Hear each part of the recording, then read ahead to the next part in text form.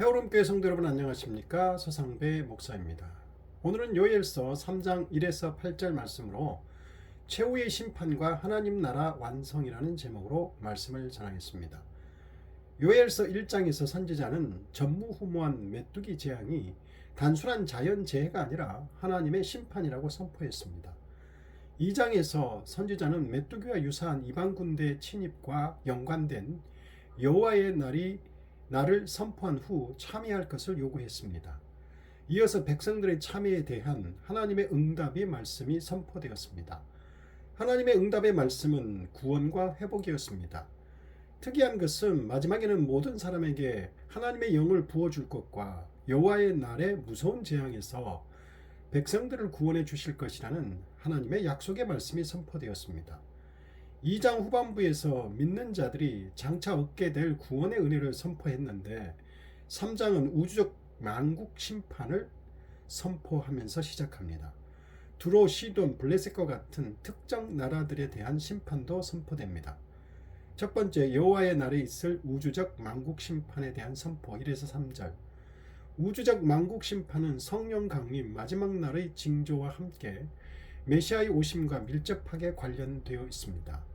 하나님께서 모든 민족을 불러 모아 여호사밧 골짜기로 데리고 가서 그곳에서 심판하신다고 합니다. 그들이 이스라엘에게 행한 죄악에 대한 벌을 내리신다는 것입니다. 그들의 죄악은 이스라엘을 침략해 세계 만민 중에 흩어버리고 땅을 차지하고 노예로 삼고 아이들을 인신매매한 것입니다. 두 번째, 두로, 시돈, 블레셋에 대한 심판 선포 4에서 8절. 두로, 시돈, 블레셋은 고대 세계에서 노예 상인이 많았던 곳입니다. 사람을 상품으로 사고 파는 것은 심각한 죄악입니다. 하나님의 백성을 노예 취급하는 것은 하나님을 대적하는 것입니다. 하나님은 그들에게 똑같이 되돌려 주시겠다고 합니다. 그들은 예루살렘을 침략해 하나님의 성전 기물을 포함하여 이스라엘 백성들의 재물을 약탈해 갔습니다. 그들은 이스라엘 백성을 잡아다가 헬라인들에게 노예로 팔아넘기는 만행도 저질렀습니다. 그러나 하나님은 이스라엘 백성들을 팔려간 곳으로부터 되돌아오게 하실 것이며 그들을 오히려 노예로 팔려가게 할 것이라고 합니다. 후에 그들은 바벨론과 헬라 제국에 의해 포로로 잡혀갔습니다. 이전에는 이스라엘 백성들이 인신매매의 대상이 되어 곤욕을 치렀지만 장차 입장이 바뀌어 이스라엘 백성들이 그 대적들을 주관하게 될 것이고 이로써 충분한 보복이 시행될 것이라고 합니다. 세 번째, 만국들의 최후 심판 9에서 15절. 하나님께서는 만국들을 심판하려 하실 때 먼저 그들을 흥분하게 하고 강팍해 하여 독과 악이 다 차게 하신 후 심판하십니다. 애굽왕 바로를 심판하실 때도 그를 강팍해 하고 10번의 재앙으로 심판했습니다. 하나님께서 수종드는 천사들에게 만국으로 하여금 먼저 전쟁을 시작하게 하라고 명령하시고 전쟁을 일으키는 만국을 심판하십니다. 그들은 생업을 포기하고 전쟁을 준비하며 스스로 교만해집니다. 만국의 백성들은 여호사밧 골짜기로 올라오라고 하여 그곳에서 만민을 심판하시겠다고 합니다. 여기서 여호사밧이란 말의 의미는 하나님이 심판하신다는 것으로 어떤 특정한 장소를 가리키기보다 여호와가 심판하시는 골짜기라는 최후 심판의 상징적 장소를 의미합니다.